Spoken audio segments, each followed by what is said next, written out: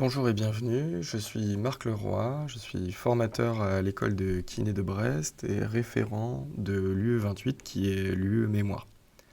Vous avez accepté la mission d'être directeur de mémoire pour un de nos étudiants en kinésithérapie et nous vous en remercions. Nous réalisons cette vidéo pour synthétiser les principales attentes, le rôle qui sera le vôtre et les étapes clés dans le cadre de cet accompagnement.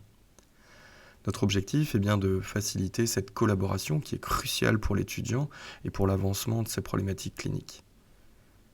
Depuis la réingénierie des études de kiné en 2015, le mémoire a pris de nouvelles orientations. Vous aurez la possibilité de consulter le détail de ces nouvelles orientations dans la fiche UE 28 qui sera associée à cette communication. Cette présentation se déroulera en 3 grands points. Première partie sur le format du mémoire et son évaluation. Deuxième partie sur la progression dans le cadre de ce mémoire pour l'étudiant.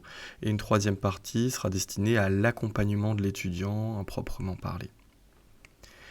Actuellement, l'étudiant doit produire un mémoire écrit de 50 à 70 pages et le soutenir à l'oral.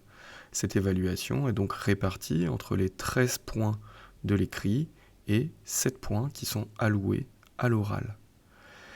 Je tiens à profiter de cette communication pour souligner que nous travaillons avec l'IFMK de Rennes afin d'adopter un format plus court dans le cadre du mémoire qui est plus proche des publications scientifiques actuelles. Nous sommes plutôt dans une visée vers une vingtaine de pages environ. L'objectif de ce format est de rendre la lecture un peu plus digeste et nous souhaitons notamment alléger la partie introduction et le cadre conceptuel qui était souvent très développé dans le cadre du mémoire. Ce nouveau format sera mis en place pour la promotion 2023-2027, normalement, qui commence actuellement son travail. Nous vous communiquerons bien évidemment ultérieurement les nouvelles grilles de notation et les formats exacts. En attendant, vous pouvez vous référer au support actuel qui s'appelle Guide Miremka, qui sera également associé à cette communication. Concernant la progression maintenant du travail, elle est répartie de façon générale dans les 2 années qui sont celles qui sont ouvertes pour cette UE28. Dans un premier temps, la K4, on considère que l'étudiant doit concevoir son dispositif de recherche.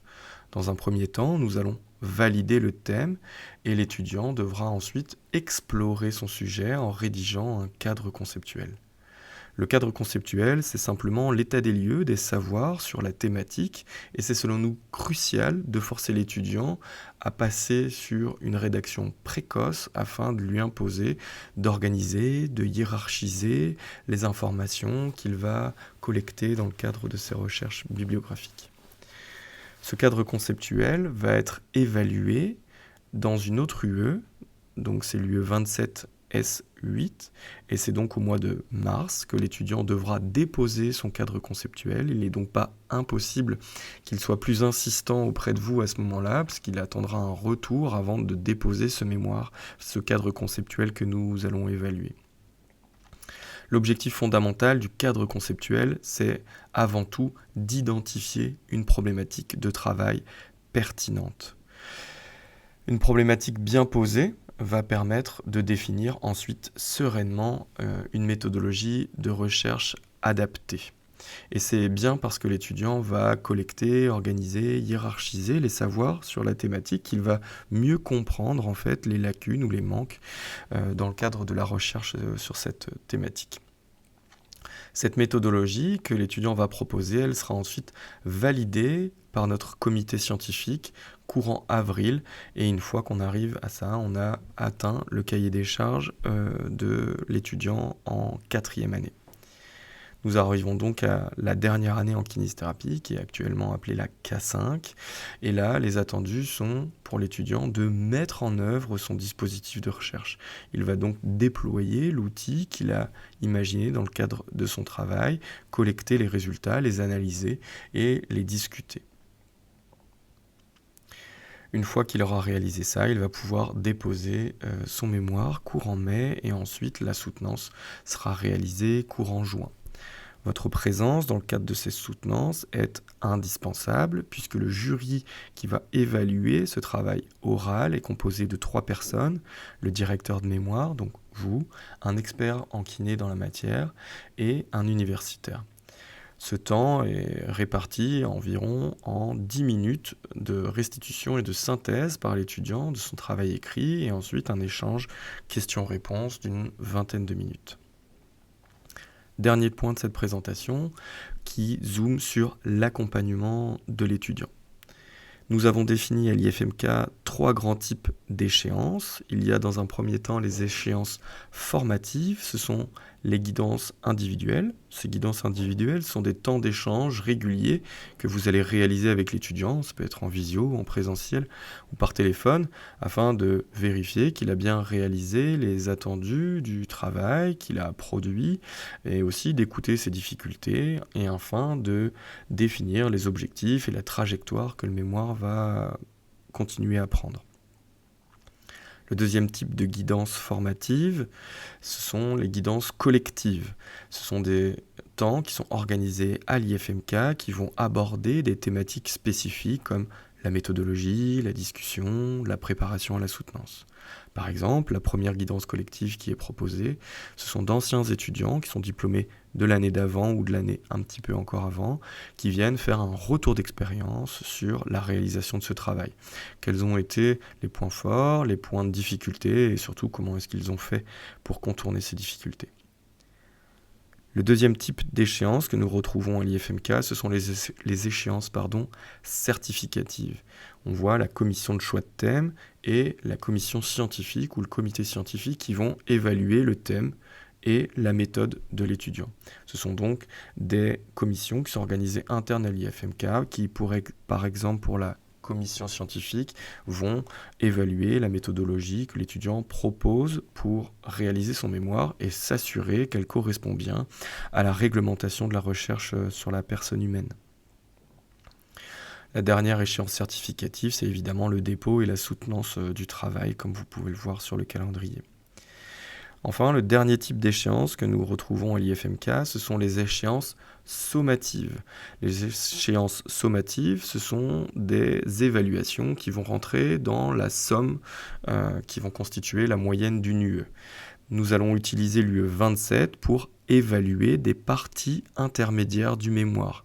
Comme vous l'avez compris, nous évaluons le cadre conceptuel, qui est donc une partie introductive de ce mémoire, dans le cadre de l'UE 27 S8. L'étudiant va donc déposer ce cadre conceptuel pour valider l'UE 27 courant mars de sa 4e année. Ensuite, on va évaluer la rédaction de la méthodologie. Une fois que notre comité scientifique a validé en avril la possibilité pour l'étudiant de travailler sur cette méthodologie, l'étudiant va devoir rédiger cette méthodologie et la rédaction de cette méthodologie sera évaluée en UE 27 S9 courant octobre. Donc on évalue à travers l'UE 27 des petites parties du mémoire pour s'assurer que bloc après bloc, l'étudiant avance bien dans la production de ce travail qui sera évalué dans sa totalité également dans l'UE 28. Une fois que l'étudiant a déposé son mémoire, nous collectons la totalité des informations et nous renvoyons ces documents aux différents membres du jury. Donc vous recevrez le mémoire et les différentes pièces administratives associées à la validation de cette UE. Il y a notamment ce qu'on appelle la synthèse des guidances. C'est donc un document qui va retracer le cheminement de l'étudiant dans le cadre de ce travail. Pour savoir s'il a été observant, pour savoir s'il a été engagé, s'il a respecté les échéances ou si ça a été un petit peu plus poussif pour lui cet accompagnement. Nous sommes vraiment convaincus que cette association, du coup, entre vous, sur cette problématique clinique qui vous intéresse et l'étudiant sera vertueuse, en tout cas, c'est ce qu'on espère, et que la pertinence du travail qui s'en dégagera sera de bonne qualité. J'associe à cette communication, comme prévu, la fiche de l'UE28 qui expose les orientations du mémoire, le guide mémoire qui détaille l'accompagnement, la posture, la rédaction de la bibliographie notamment, et le calendrier de l'avancement pour que vous puissiez avoir quelques repères afin de faciliter cette progression de l'étudiant dans le cadre de la réalisation de ce travail. Je vous remercie pour votre attention. Je reste disponible pour toute question, éventuellement, si cette vidéo et les pièces jointes associées à cette communication ne répondent pas à toutes vos questions. Et je tiens aussi à signaler que nous réalisons à l'IFMK une formation gratuite pour les directeurs de mémoire afin d'aller un petit peu plus loin, justement, dans le rôle et les missions de cette responsabilité. Merci à vous et bonne journée.